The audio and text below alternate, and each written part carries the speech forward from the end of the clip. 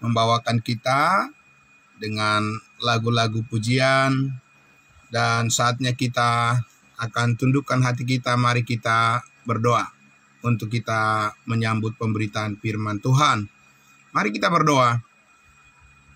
Sungguh benar Bapa di surga, Engkaulah gunung batu kami, tempat perlindungan kami. Bahkan lebih daripada itu, Engkau adalah kepala dan kami adalah anggota-anggota tubuh-Mu yang terus terhubung, yang terus disucikan hidup kami oleh kuasa darah-Mu yang mengalir. Melalui setiap firman kebenaran-Mu direfleksikan, semuanya itu kuasa-Mu yang terus menolong hidup kami dan memberkati kami semua. Setiap hari, setiap saat ada pertolongan Tuhan yang kami rasakan, yang terus memampukan kami melewati hari-hari dengan segala kesibukan kami. Kami percaya Tuhan yang terus menyertai dan menguatkan kami semua. Kami kembali menyambut kebenaran firman-Mu ya Tuhan. Kami sambut di dalam nama Tuhan Yesus kami berdoa. Amin. Puji Tuhan. Baik saudara-saudaraku yang terkasih dalam Kristus Yesus Tuhan kita.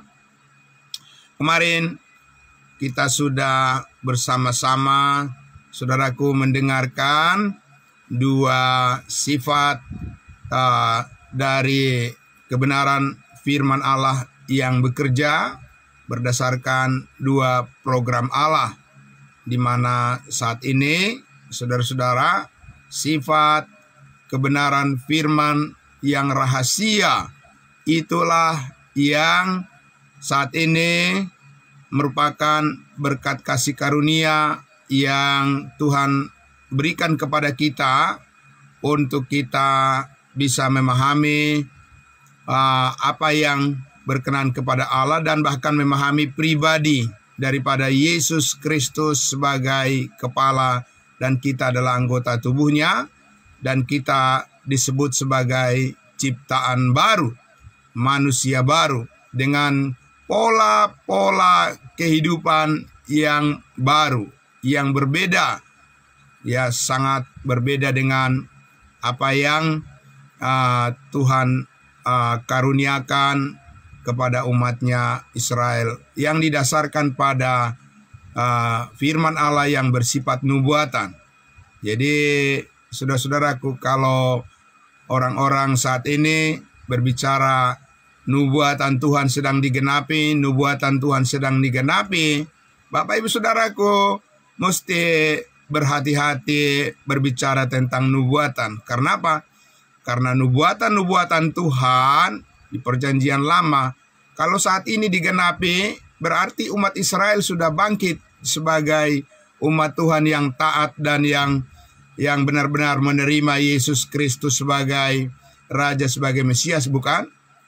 Nah, jadi saudaraku yang dikasihi Tuhan Yesus, kalau kita lihat ya di luar sana pemberitaan-pemberitaan bahwa nubuat Tuhan sudah digenapi, ya antikristus sudah hadir, ya bahwa microchip adalah tanda 666 akan terjadi dan seterusnya, masa sengsara sedang terjadi dan tanda-tanda sudah terjadi. Bapak Ibu Saudaraku yang dikasihi Tuhan Yesus, ya jangan kita tidak memahami apa maksud Tuhan saat ini dan kemudian kita sembarangan untuk mengatakan nubuat sedang digenapi. Karena kalau Tuhan Allah menggenapi nubuat-nubuatnya, itu tidak bisa lepas dari bangkitnya bangsa Israel menjadi bangsa yang berpihak kepada Tuhan. Tidak seperti sekarang ini Bapak Ibu Saudara, ya, bahwa bangsa Israel hidup menurut pimpinan ya dunia politik yang dirancang oleh manusia, pikiran manusia sendiri, ya. Nah, jadi saudaraku yang dikasihi Tuhan Yesus, yang benar adalah bahwa saat ini Tuhan sedang menggenapi, mengerjakan kehendaknya melalui rahasia firman yang Tuhan sampaikan secara khusus kepada kita bangsa-bangsa lain, yaitu melalui rasulnya, Rasul Paulus. Nah, saudaraku yang dikasihi Tuhan Yesus, oleh karena itulah, maka saudara, saya akan mengajak pada pagi hari ini melihat, saudaraku, bahwa memang benar-benar Rasul Paulus itulah yang menjadi patron. Ya, Rasul Paulus itulah yang dipilih oleh Tuhan, yang diangkat oleh Tuhan sebagai hambanya, ya, sebagai bejana. Ya, kita tidak meninggikan Rasul Paulus, kita meninggikan Yesus Kristus. Tetapi Yesus Kristus itu memakai orang, memakai manusia untuk menyatakan kehendaknya, Bapak Ibu Saudara. Ya, saudaraku yang dikasihi Tuhan Yesus, dulu ada seorang ibu bertanya sama saya, ya, melalui kegiatan Zoom kita di Kamis Ministry. Ada yang bertanya sama saya, Pak, apalagi yang terjadi sesudah Yesus Kristus datang sebagai manusia? Bukankah semuanya sudah digenapi? Ya, saya bilang semuanya telah digenapi yang berkaitan dengan umatnya Israel. Yesus sudah menyampaikan tentang prinsip-prinsip kerajaannya, dan itu bisa kita baca di Matius pasal 5, pasal 6, dan pasal 7. Termasuk ya doa Bapa kami tentang pengampunan, dan untuk memperoleh pengampunan harus lebih dulu mengampuni orang lain. Nah, saudaraku yang dikasihi Tuhan Yesus, tetapi sesudah Yesus mati di atas kayu salib dan dia dikuburkan, dia bangkit dan naik ke surga, dia berfirman lagi. Amin. Dia berfirman lagi. Ya, jadi bukan firman Yesus Kristus itu bukan berakhir di Matius, Markus, Lukas, Yohanes. Ya, Yesus berfirman lagi, ya, kepada dan melalui seorang rasul yang dulunya adalah seorang pemberontak kepada Tuhan ketika dia masih menggunakan nama Saul. Dia adalah seorang yang pencemburu dan seorang yang sangat beringas, seorang pemimpin pemberontak kepada Tuhan. Namun Tuhan menangkapnya dan menjadikannya ya sebagai satu patron bukti untuk menyatakan bahwa Tuhan itu memang rindu agar damai yang dinyatakan oleh penebusan darah Kristus di atas kayu salib itu bisa disampaikan kepada semua orang tanpa perbedaan, dan tidak melalui bangsa Israel, tidak melalui covenant atau perjanjian yang dulu dinyatakan kepada nenek moyang mereka Abraham, Ishak, dan Yakub. Sebab orang Israel telah menolak Mesias yang seharusnya menjadi pernyataan daripada Allah itu sendiri untuk menggenapi perjanjiannya kepada mereka. Nah, saudara-saudaraku yang dikasihi Tuhan Yesus, puji syukur kepada Tuhan kita, meskipun itu adalah merupakan satu faktor kegagalan dari umat Israel, tapi Tuhan itu bekerja sedemikian rupa melalui kegagalan orang lain, yaitu bangsa Israel. Toh juga Allah itu bisa menjadikan itu menjadi kebaikan dan menyatakan justru jalan untuk membukakan rahasia kehendaknya kepada kita, supaya kita mengerti, saudara-saudaraku, bagaimana Tuhan Allah telah mempersiapkan sebelum dunia dijadikan, bahwa kita ini adalah orang-orang yang menerima kasih karunia yang sempurna berdasarkan penebusan korban tubuh Yesus Kristus, kematian, penguburan, dan kebangkitannya yang telah menebus dan mengampuni segala dosa kita satu kali untuk selama-lamanya. Nah, oleh karena itulah saudaraku yang dikasihi Tuhan Yesus, kalau bangsa Israel ingin mengenal dan mengerti bagaimana memperlakukan Tuhan dan bagaimana bersikap yang benar di hadapan Tuhan, mereka harus mendengarkan Musa. Kalau mereka melawan Musa sebagai pemimpin yang diangkat oleh Tuhan, kalau mereka menolak perkataan-perkataan Musa yang ditetapkan oleh Allah sebagai narasumber, sebagai pembicara, sebagai nabi, sebagai juru bicaranya Tuhan kepada umatnya Israel, kalau orang Israel menolak, orang Israel bersungut-sungut, orang Israel tidak menghargai perkataan-perkataan yang disampaikan oleh Musa, maka mereka akan gagal untuk menghidupi kehendak Allah. Demikian juga saudaraku yang dikasihi Tuhan Yesus, kita pun saat ini sebagai yang disebut bangsa-bangsa bukan Yahudi, bangsa-bangsa lain, kita mempunyai juru bicara Tuhan yang menyampaikan firman rahasia, ya, firman kebenaran berkaitan dengan Kristus sebagai kepala dan berkaitan dengan masa depan kita di tempat yang sorgawi, di tempat kita yang di atas. Nah, kalau Musa dan juga nabi-nabi perjanjian lama berbicara dan sebagai juru bicara daripada Tuhan untuk menyampaikan kehendak Allah yang berkaitan dengan masa depan bangsa Israel di bumi, maka saudara dan saya adalah mendapatkan firman Tuhan dari juru bicara kita, yaitu Rasul Paulus yang diangkat oleh Tuhan Yesus, yang dipanggil oleh Tuhan Yesus untuk menerima apa yang Tuhan kehendaki untuk dilakukan sementara kita masih ada di bumi ini. Saudara-saudaraku, kita akan melayani Tuhan berdasarkan program rahasia Allah, firman Allah yang disampaikan oleh Rasul Paulus dari Roma sampai Filemon.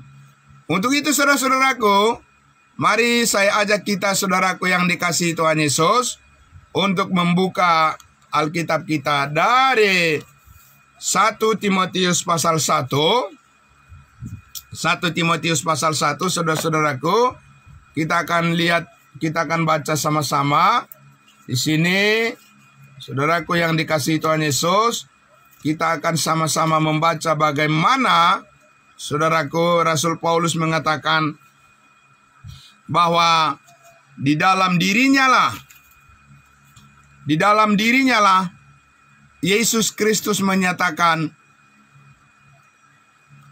apa yang menjadi contoh atau yang menjadi patron, ya, keteladanan yang akan kita lihat dengan sempurna bagaimana kasih karunia Tuhan itu ya bekerja, ya, dan kita bisa mencontoh dan meneladani Rasul Paulus bagaimana hidup di dalam kasih karunia Allah di mana kita saat ini ya masih tinggal di bumi untuk menyaksikan kasih Kristus. Mari kita lihat di dalam 1 Timotius pasal 1 ayatnya yang ke-12. Mari saudaraku, ya, kita buka Alkitab kita dengan baik. 1 Timotius 1 ayatnya yang ke-12. Kita mulai dari ayat 12. Demikian firman Tuhan. Aku bersyukur kepada Dia. Aku bersyukur kepada Dia yang menguatkan aku, yaitu Kristus Yesus Tuhan kita. Karena Yesus menganggap aku setia dan mempercayakan pelayanan ini kepadaku. Dan tentu Bapak Ibu Saudara, karena Yesus Kristus adalah Maha Tahu, Dia adalah Allah, meskipun ya sebelum Saulus diselamatkan dia adalah seorang pemberontak kepada Tuhan, tapi Tuhan sudah tahu hatinya, ya, bahwa sesudah dia dimenangkan, sesudah dia diselamatkan oleh kasih karunia Allah, dia akan menjadi hamba Tuhan yang setia. Kita lihat di ayat 13. Aku yang tadinya seorang penghujat dan seorang penganiaya dan seorang ganas, tetapi aku telah dikasihaninya karena semuanya itu telah kulakukan tanpa pengetahuan, yaitu hidup di luar iman.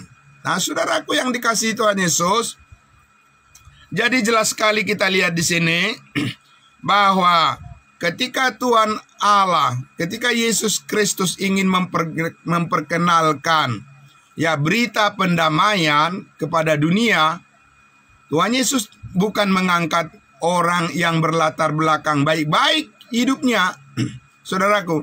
Tetapi dikatakan justru Saulus dulu adalah seorang penghujat, seorang penganiaya, seorang yang ganas, dan seorang yang memberontak kepada Tuhan. Saudaraku yang dikasihi Tuhan Yesus, kenapa demikian? Saudaraku, kenapa Tuhan tidak memanggil orang yang baik, yang reputasinya luar biasa dan dipuja-puji oleh manusia? Justru seorang penghujat kepadanya, pemberontak kepada Tuhan, itulah yang dipakai oleh Allah untuk menyatakan, saudaraku, bagaimana kebaikan Yesus Kristus, bahwa dengan kasih karunia-Nya sanggup menyelamatkan siapa saja, sebesar apapun dosa, sebesar apapun kesalahan, sejauh apapun manusia itu telah melangkah karena dosa, tetapi oleh darah Kristus dapat disucikan dan dikuduskan dan dibenarkan dan hidup menjadi berkenan kepada Tuhan. Itulah yang mau diperkenalkan oleh Allah, Bapak Ibu Saudaraku, melalui Injil anugerah, Injil kasih karunia Allah, bahwa semua dosa, tidak ada dosa yang terlalu besar yang tidak sanggup diampuni oleh Tuhan saat ini. Nah, saudaraku, oleh karena itu dikatakan di ayat 14, malah kasih karunia Tuhan kita itu telah dikaruniakan dengan limpahnya kepadaku dengan iman dan kasih dalam Kristus Yesus. Jadi saudaraku yang dikasihi Tuhan Yesus, tidak ada orang yang terlalu jahat yang tidak bisa diselamatkan oleh Tuhan saat ini. Tidak ada orang yang terlalu besar dosanya yang tidak bisa diampuni oleh Tuhan.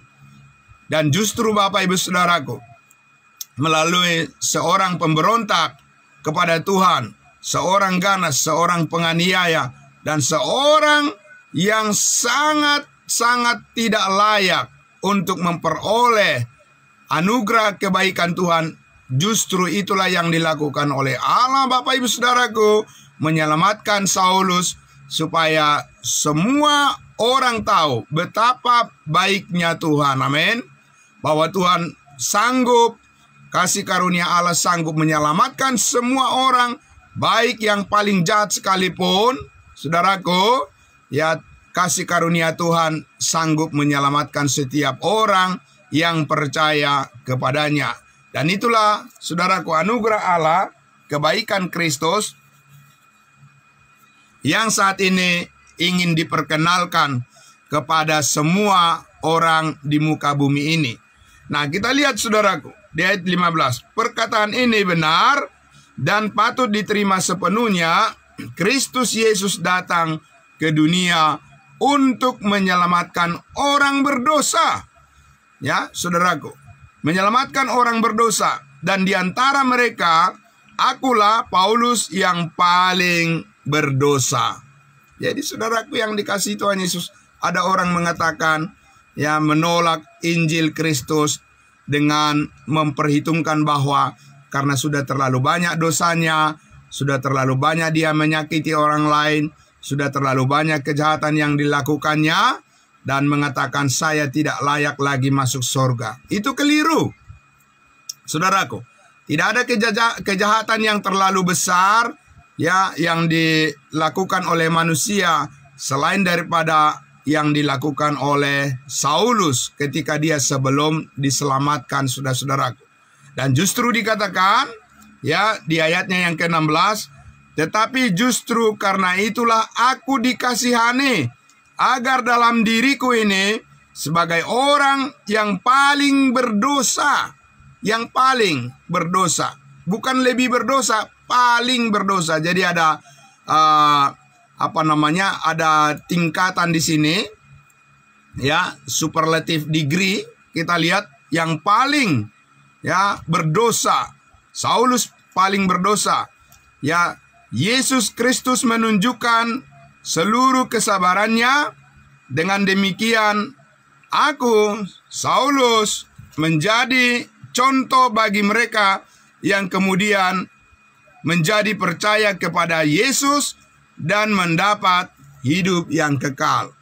Nah, saudaraku yang dikasihi Tuhan Yesus, saya perlu menunjukkan kepada saudara bahwa kita harus membandingkan dengan terjemahan Alkitab yang lebih akurat, ya, supaya kebenaran yang dimaksudkan oleh Allah di dalam ayat ini kita bisa tangkap kedalaman maknanya, ya.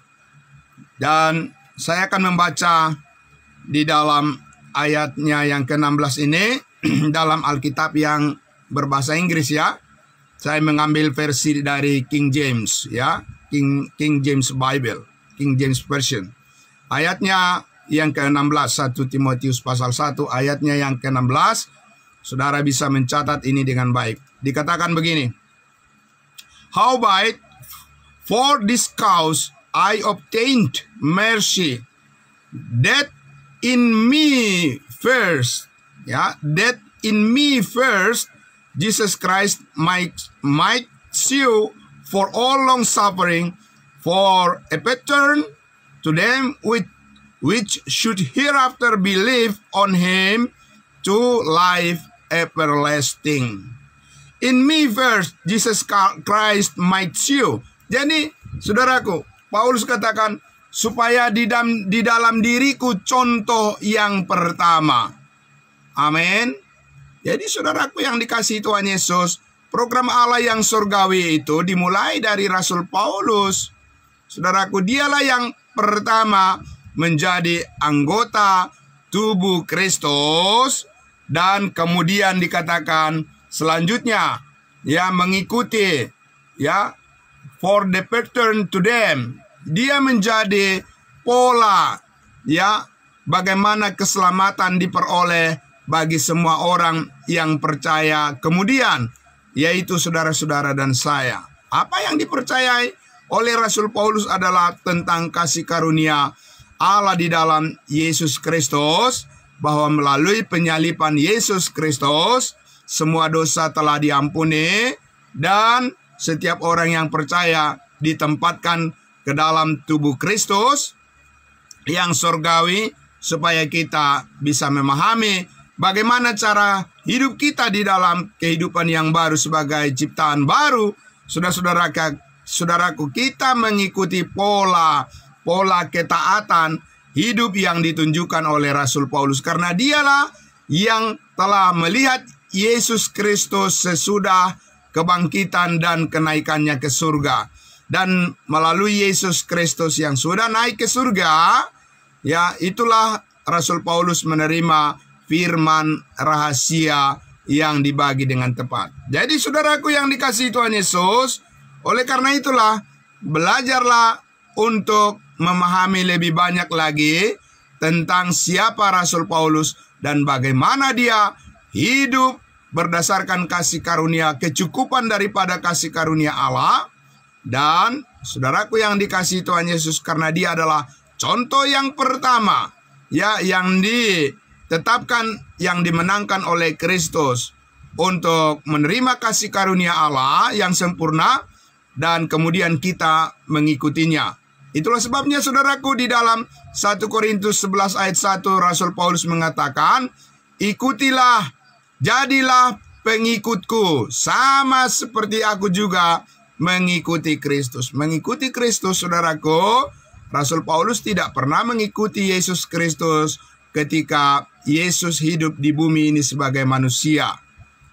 Ya, Rasul Paulus mengikuti dan mengenal Yesus Kristus sesudah Yesus Kristus naik ke sorga, yang telah bangkit dan menjadi roh yang menghidupkan. Rasul Paulus tidak mengenal Yesus Kristus sebagai firman yang menjadi daging, tapi Rasul Paulus diperkenalkan oleh Yesus Kristus dirinya, pengenalan akan Yesus Kristus, saudaraku yang dikasihi Tuhan Yesus, adalah berdasarkan pengenalan Yesus Kristus yang sorgawi untuk memenuhi program Allah yang sorgawi. Dan saudara dan saya tahu, kita mengetahui bahwa 12 murid Yesus mengenal Yesus Kristus secara jasmani, secara manusiawi, ya, karena mereka akan hidup di bumi secara manusiawi, Bapak Ibu Saudaraku. Jadi Yesus menunjukkan berbagai macam mujizat, Yesus menunjukkan berbagai hal, tanda-tanda keheranan, berbagai hal akan penyembuhan-penyembuhan, dan seterusnya Bapak Ibu Saudaraku. Dan berkaitan dengan hal-hal jasmani, kemakmuran di dunia ini. Itulah yang diperkenalkan oleh Allah melalui Yesus Kristus yang ketika melayani di bumi di tengah-tengah bangsa Israel. Tetapi saudaraku yang dikasihi Tuhan Yesus, Rasul Paulus menerima pengenalan akan Yesus Kristus yang surgawi dengan segala berkat surgawi, berkat-berkat surgawi yang terbaik untuk masa depan kita yang kekal. Itulah yang disediakan oleh Allah dan yang diperintahkan oleh Yesus Kristus untuk diajarkan, disampaikan oleh Rasul Paulus kepada jemaat-jemaat kudusnya Tuhan, supaya kita bisa memperkenalkan jenis atau sifat daripada firman Allah yang bersifat rahasia saat ini, adalah merupakan sumber berkat bagi semua orang, sumber keselamatan bagi semua orang. Saudaraku yang dikasihi Tuhan Yesus, keselamatan jiwa, keselamatan rohani, saudaraku. Dan saudaraku, bukan keselamatan secara jasmani, saudara-saudara. Seperti yang di luar sana hanya mempromosikan tentang keselamatan secara jasmani. Itu mirip-mirip dengan pekerjaan semua orang yang tidak mengenal Allah, hanya mengurusi hal-hal yang bersifat jasmani dan lupa apa yang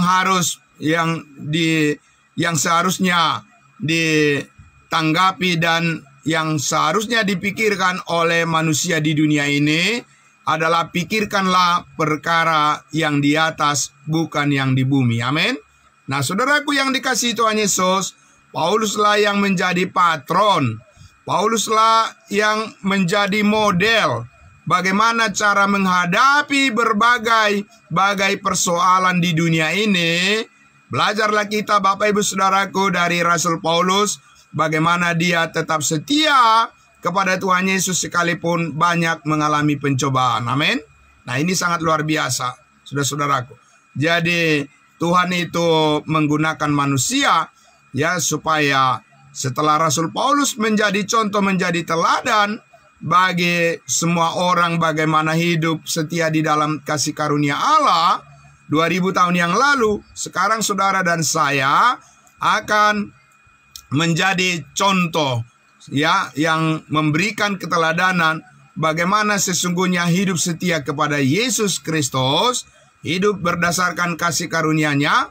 Maka saudara dan sayalah yang dipakai oleh Tuhan untuk memberitakan semuanya itu kepada orang-orang yang belum mengenal Kristus. Nah, Bapak Ibu Saudaraku yang dikasihi Tuhan Yesus, yang sangat luar biasa di sini kita lihat bahwa ternyata saudaraku, apa yang dipercayakan oleh Tuhan kepada Rasul Paulus, kalau kita lihat saudaraku di dalam 2 Timotius pasalnya yang keempat, saya akan membacakan untuk kita bahwa apakah benar-benar berhasil saudaraku, apakah benar-benar sukses Rasul Paulus ini menjadi contoh dan teladan bagi kita saudara-saudaraku, bagaimana cara kita melayani Tuhan dengan benar, bagaimana kita setia kepadanya, dan bagaimana kita benar-benar sampai pada akhirnya, saudaraku, saudara dan saya akan berhasil memenuhi rencana Tuhan dan hidup memenuhi kehendak-Nya, yaitu anugerah-Nya di dalam program rahasia Kristus. Kita lihat di dalam 2 Timotius pasal 4, ya saudaraku, di ayatnya yang ke-4 mulai dari ayat 6. 2 Timotius pasal 4 ayatnya yang ke-6 dikatakan demikian. Mengenai diriku, ini Rasul Paulus, darahku sudah mulai dicurahkan sebagai persembahan dan saat kematianku sudah dekat. Jadi saudaraku, dia bersaksi di penghujung daripada hidupnya, ya. Di ayatnya yang ke-7 dikatakan, aku telah mengakhiri pertandingan yang baik, aku telah mencapai garis akhir, dan aku telah memelihara iman. Nah, ini saudaraku yang dikasihi Tuhan Yesus, sering kita baca di batu nisan dari orang-orang yang telah meninggal, kemudian keluarganya menuliskan ayat ini di batu nisan. Kalau kita lihat Bapak Ibu Saudaraku di pekuburan saudaraku, banyak orang yang menggunakan ayat ini menjadi sebagai moto kehidupan dari orang yang telah meninggal. Tapi benarkah Bapak Ibu Saudaraku, orang-orang yang menuliskan ini di batu nisan orang yang telah mendahului mereka, benarkah orang itu telah mengakhiri pertandingan iman yang benar dan juga mencapai garis akhir sama seperti yang Paulus maksudkan? Saudaraku yang dikasihi Tuhan Yesus, saudaraku yang dikasihi Tuhan Yesus, apakah orang itu pada masa hidupnya mempercayai kasih karunia Allah, mempercayai pengampunan segala dosa, mempercayai penebusan darah Kristus di mana dirinya sudah lunas dibayar oleh darah Kristus dan bersaksi selama hidupnya bahwa dia percaya pasti masuk surga? Tidak, Bapak Ibu Saudaraku. Banyak orang yang menggunakan itu moto hidup daripada orang yang meninggal di batu nisan, tapi orang itu tidak tahu menahu tentang kasih karunia Allah. Belum pernah terdengar kesaksiannya bahwa dia percaya Yesus Kristus telah mengampuni segala dosanya. Tapi saudaraku yang dikasihi Tuhan Yesus, itulah manusia yang mana yang enak didengar di telinga, di kuping, saudaraku, itulah yang suka diambil oleh manusia bagi dirinya dan membenarkan dirinya sendiri. Tetapi saudaraku, kita lihat Rasul Paulus, memang karena dia mulai sejak dia diselamatkan, saudaraku, tidak pernah berhenti memberitakan Injil kasih karunia Allah sampai pada matinya. Rasul Paulus, saudaraku, dia tetap bersaksi bahwa Yesus Kristus telah mati, menebus segala dosa, mengampuni segala dosa dan kesalahan manusia, dan siapa yang percaya pasti diselamatkan. Amin. Nah, oleh karena itulah dia katakan tadi di situ, mengakhiri pertandingan yang baik, aku mencapai garis akhir, dan aku memelihara iman. Amin. Berhasil, sukses Bapak Ibu Saudaraku. Nah, sebagaimana dia adalah patron, dia adalah keteladanan, dia adalah contoh, dia adalah pola-pola yang dipakai oleh Allah menyatakan bagaimana hidup yang benar menurut kasih karunia Allah. Maka saudaraku, kita lihat di ayat 8 dikatakan, sekarang telah tersedia bagiku mahkota kebenaran yang akan dikaruniakan kepadaku oleh Tuhan, Hakim yang adil pada harinya, tetapi bukan hanya kepadaku, melainkan juga kepada semua orang yang merindukan kedatangannya di awan-awan. Amin. Nah, saudaraku yang dikasihi Tuhan Yesus, kalau Rasul Paulus menerima mahkota kebenaran, maka dia katakan kesempatan itu juga terbuka bagi saudara-saudara dan saya, kita semua. Berlomba, bertanding dalam perlombaan iman yang benar, saudaraku, adalah merupakan satu prinsip yang teguh yang tidak bisa tergoyahkan dari hati yang paling dalam. Saudara-saudara dan saya, kita harus berpegang teguh kepada firman rahasia Kristus supaya apa?